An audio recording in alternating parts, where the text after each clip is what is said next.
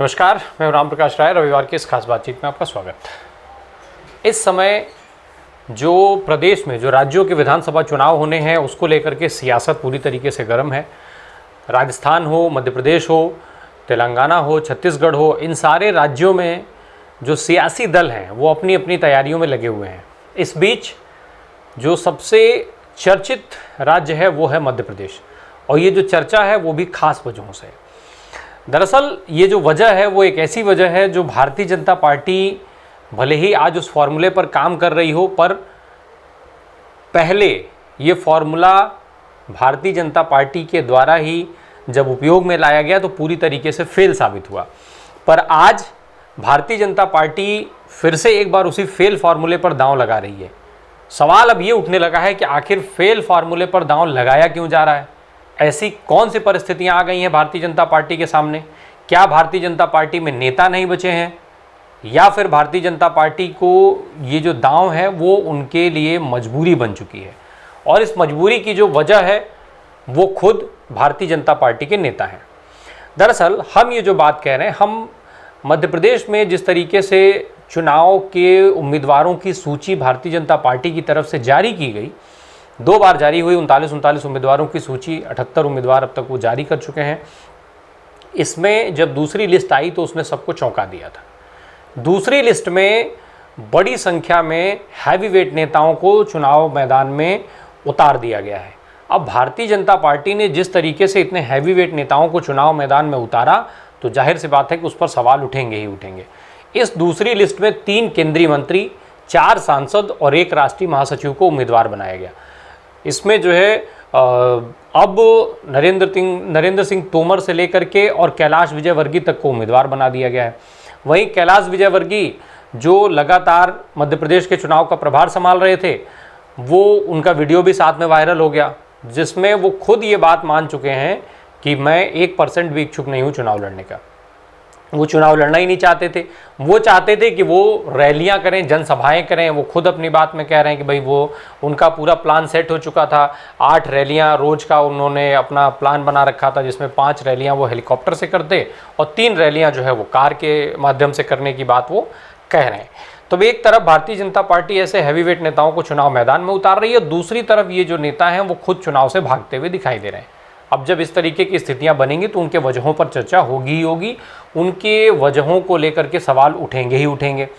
दूसरी तरफ जब बात इनके वजहों की होती है तो वजह सबसे बड़ी सामने आती है शिवराज सिंह चौहान। दरअसल शिवराज सिंह चौहान मध्य प्रदेश में लंबे समय से मुख्यमंत्री हैं, उनको लेकर के एक एंटी इनकम्बेंसी की बात कही जा रही है। दूसरी तरफ भारतीय जनता पार्टी का जो शीर्ष नेतृत्व है वो भी शिवराज सिंह चौहान से अपनी दूरी बनाना चाहता है। चर्चा ये भी है कि जब नरेंद्र मोदी गुजरात के मुख्यमंत्री हुआ करते थे और उसके बाद जब प्रधानमंत्री की बात हो रही थी, यानी साल 2013 की बात होती है, साल 2013 में जब भारतीय जनता पार्टी या एनडीए के अंदर प्रधानमंत्री पद के उम्मीदवार बनाए जाने की बात हो रही थी, तो शिवराज सिंह चौहान भी उस समय नरेंद्र मोदी के कंपटीशन में खड़े थे। कहा यह जा रहा है कि शिवराज सिंह चौहान को जो है उस कंपटीशन में खड़े होने का भुगतान भी अब करना पड़ेगा। नरेंद्र मोदी, अमित शाह, ये जो जोड़ी है वो जोड़ी फिलहाल शिवराज सिंह चौहान को भी किनारे लगाना चाहती, कुछ उसी तरीके से जैसे छत्तीसगढ़ में रमन सिंह को लगा दिया गया। छत्तीसगढ़ में रमन सिंह की एक बार खूब चर्चा रही, एक समय पर वो मुख्यमंत्री रहे, बड़े नेता माने जाते थे, कद्दावर नेता माने जाते थे। अब आज की तारीख में रमन सिंह पूरे सीन से गायब कर दिए गए। कुछ वैसे ही हालात शिवराज सिंह चौहान को लेकर के बनते हुए दिख रहे थे। पर चूंकि शिवराज सिंह चौहान मध्य प्रदेश में एक ऐसे नेता हैं जिन्होंने भारतीय जनता पार्टी की इमेज को बदलने का काम किया था। भारतीय जनता पार्टी के लिए जो कहा जाता है कि ये सवर्णों की पार्टी है, बड़े लोगों की पार्टी है, बनियों की पार्टी है, उसकी छवि को पूरी तरीके से बदलने का काम शिवराज सिंह चौहान ने वहाँ किया। बीजेपी को उन्होंने गरीबों की पार्टी बनाई, मजदूरों की पार्टी बनाई, उन्होंने सीधे उनसे जोड़ने का काम किया था। एक नई तरीके की, एक नई इमेज के साथ वहाँ भाजपा को इन्होंने आगे बढ़ाया था। पर इन सबके साथ साथ शिवराज ने एक बड़ा खेल भी खेला था। दरअसल शिवराज सिंह चौहान भले ही यहाँ पर भाजपा की छवि बदल रहे थे, बदलने में कामयाब भी रहे, पर उन्होंने यहाँ पर किसी भी बड़े नेता को पनपने नहीं दिया।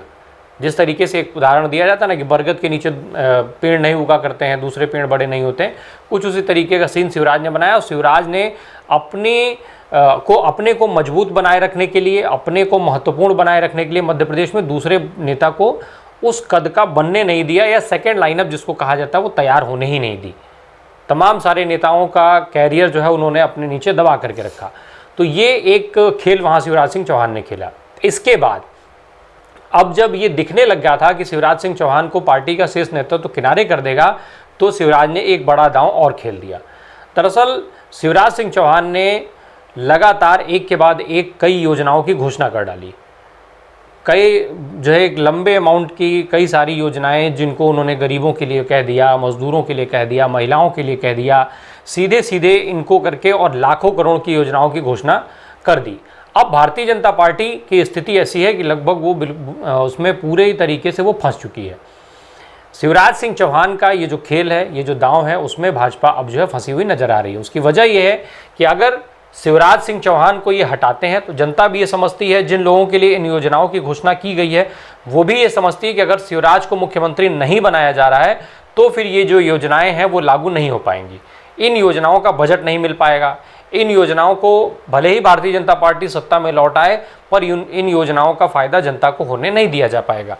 इस परिस्थिति में जब जनता ये चीज़ समझ रही है कि शिवराज सिंह चौहान अगर मुख्यमंत्री नहीं बनाए जा रहे हैं भाजपा की तरफ से, तो फिर भाजपा से दूरी देखने में आ रही है इन योजनाओं के चलते, शिवराज के इस खेल के चलते, इस दांव के चलते।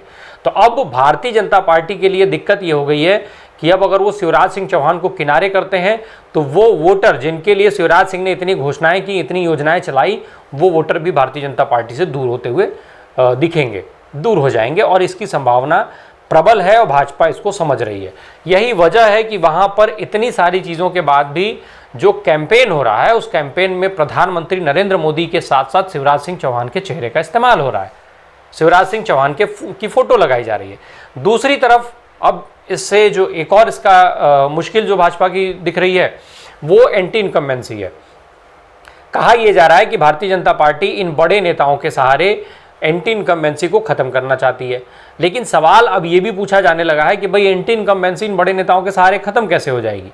केंद्र की सत्ता में जो नेता बैठे हुए हैं वो अगर राज्य में आ जाते हैं, राज्य के सदन में बैठने लग जाते हैं, तो इससे एंटी इनकम्बेंसी कैसे खत्म हो जाएगी। नीतियां तो पार्टी की वही रहेगी, काम करने का तरीका तो वही रहेगा, नेता तो उसी पार्टी के रहेंगे, तो इससे एंटी इनकम्बेंसी खत्म कैसे होगी, ये भी सवाल अब बार बार पूछा जाने लगा है।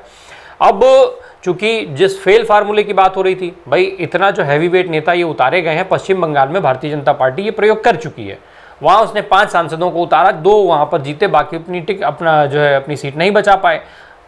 जो उद्देश्य था उसकी पूर्ति नहीं कर पाए कि आप भी जीतिए, औरों को भी जिताइए। तो जब आप खुद नहीं जीत पाए तो औरों को तो आप क्या ही जिता पाइएगा। तो ये स्थिति एक बार वहाँ बन चुकी है। ये दांव वहाँ पर, ये पूरी जो रणनीति है वो फेल हो चुकी है। ऐसे में अब भाजपा फिर उस पर दांव लगा रही है। तो एक बार फिर से ये फेल फार्मूले पर दांव लगा करके ये जो एंटी इनकम्बेंसी ख़त्म करने की कोशिश की जा रही है, ये बेहद महत्वपूर्ण हो जाता है, दिलचस्प भी हो जाता है देखना कि आखिर एक बार जब रणनीति फेल हो गई तो फिर अब यहाँ क्या इसकी सफलता हो पाएगी, क्या ये रणनीति सफल हो पाएगी। इसके अलावा जब भाजपा की बात हो रही है तो कांग्रेस की भी बात हो जानी चाहिए। एक तरफ जहां Bharatiya Janata party anti incumbency, बड़े नेताओं को चुनाव लड़ाना और इन सब के मंथन में लगी है, दूसरी तरफ कांग्रेस पार्टी लगातार मुद्दों की बात कर रही है।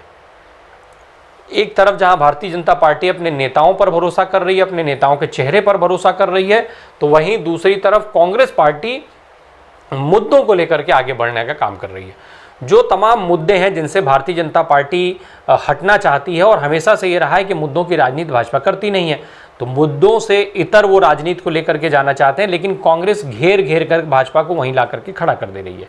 वो बार बार महंगाई की बात करते हैं, बार बार भ्रष्टाचार की बात करते हैं, बार बार बेरोजगारी की बात करते हैं, वो बार बार किसानों की बात करते हैं, किसानों के कर्जमाफी की बात करते हैं, कर्मचारियों का मुद्दा उठाते हैं। जब भी भारतीय जनता पार्टी, वहाँ के नेता और शिवराज सिंह चौहान की सरकार के लोग, शिवराज सिंह चौहान मुद्दों से भागने की कोशिश करते हैं, कांग्रेस उनको घेर करके मुद्दे पे ला करके खड़ा कर दे रही है। ऐसे में मुश्किल भाजपा के सामने ये हो जा रही है कि मुद्दों पर बात हो तो हो कैसे, और कांग्रेस मुद्दों से आपको हटने नहीं दे रही है। तो मुद्दों का ये जो जाल जो कांग्रेस की तरफ से उठाया जा रहा है वो भी खासा दिलचस्प होता जा रहा है। उस जाल में भी भाजपा फिलहाल फंसी हुई दिखाई दे रही है। अब इनके सामने एक बड़ा जो सबसे इनका बड़ा और मुख्य हथियार था वो था ध्रुवीकरण, जो सांप्रदायिक ध्रुवीकरण करने में जिसमें कहा जाता है भाजपा को महारत हासिल है। तो वहाँ पर कहीं ना कहीं जो हिंदुत्व वाली बात होती है, एक तो मध्य प्रदेश में चूंकि मुस्लिम आबादी 6-7%, 8% है, तो ध्रुवीकरण का मुद्दा बहुत महत्वपूर्ण रहता नहीं है। दूसरा, अब कांग्रेस भी जो है, जो कमलनाथ को अपना जो चेहरा मान करके चल रही है, भले ही घोषित नहीं किया गया हो, पर कमलनाथ कहीं ना कहीं सॉफ्ट हिंदुत्व को लेकर के आगे बढ़ते हुए देखे जा रहे हैं। जब सॉफ्ट हिंदुत्व का मुद्दा कमलनाथ पकड़ लिए हैं, कांग्रेस के पास आ गया है, तो ये जो ध्रुवीकरण का हथियार है वो भी लगभग कुंद पड़ता हुआ दिख रहा है, उसमें की धार भी वो खत्म मानी जा रही है। ऐसे में अब इनके पास एकमात्र जो विकल्प बचा हुआ दिख रहा है वो है किसी तरीके से जो विपक्षी एकता की बात हो रही है, जो विपक्षी दलों का गठबंधन है, इंडिया अलायंस, उसमें फूट की चर्चा को आगे बढ़ाया जाए, उसको हवा दिया जाए कि किस तरीके से अखिलेश यादव मध्य प्रदेश में चुनाव लड़ रहे हैं, कैसे इंडिया गठबंधन में फूट पड़ रही है, कैसे अरविंद केजरीवाल अलग जा रहे हैं। ये सारी चीज़ें की जाए और इनमें उलझाने की कोशिश की जाए सियासत को, यानी मध्य प्रदेश की पूरी राजनीति को इंडिया गठबंधन में फूट के इर्द गिर्द जो है अगर उलझा करके रख दिया जाए तो शायद एक कारण भारतीय जनता पार्टी के पास बन सकता है। और एक रास्ता, एकमात्र विकल्प भारतीय जनता पार्टी के सामने फिलहाल यही दिखाई दे रहा है, क्योंकि इसके अलावा बाकी जितने भी मैदान हैं, जितनी भी पिच हैं, वो उस सारी पिच पर कांग्रेस बैटिंग करती हुई दिख रही है, कांग्रेस खेलती हुई दिखाई दे रही है, और सारी पिचों पर भारतीय जनता पार्टी लगातार बैकफुट पर दिख रही है। और जब भी मुद्दों की बात होगी तो भारतीय जनता पार्टी की, चूंकि वहाँ लंबे समय तक सरकार रही है, तो इस वजह से वो फंसती हुई दिखने लग जाती है। तो ऐसे में भारतीय जनता पार्टी मुद्दों से इतर होकर के और इन सारे विकल्पों पर विचार करने में लगी हुई, किस तरीके से चीज़ों को लेकर के आगे बढ़ा जाए। लेकिन अब चुनाव में वक्त कम बचा है, लगातार इसको लेकर के कई तैयारियां हो रही हैं। कांग्रेस अपने को मुद्दों पर केंद्रित रखे हुए है, उसकी रही सही कसर राहुल गांधी पूरी कर देते हैं। जब भी जो धार है भाजपा दूसरी तरफ लोगों का ध्यान भटकाती है, तब तक राहुल गांधी जा करके कुछ नया बोल देते हैं, राहुल गांधी जा करके एक नया मुद्दा उठा देते हैं। कांग्रेस के जो शिवराज सिंह चौहान का भ्रष्टाचार है उसको लेकर के लगातार वो मुखरता से बोल रहे हैं, चाहे वो व्यापम की बात कर दें, कभी पटवारी घोटाले की बात कर दें, कभी आयुष्मान घोटाले की बात कर दें। इन सारी चीज़ों को लेकर के कांग्रेस लगातार हमलावर है। अब देखना ये होगा कि भारतीय जनता पार्टी इन मुद्दों से कैसे पार पा पाती है और कैसे अपनी पिच पर कांग्रेस को ला करके और मैच खेलती है, जिससे उसमें कहीं ना कहीं संभावनाएं भाजपा के लिए ज़्यादा बड़ी दिखाई दें। धन्यवाद।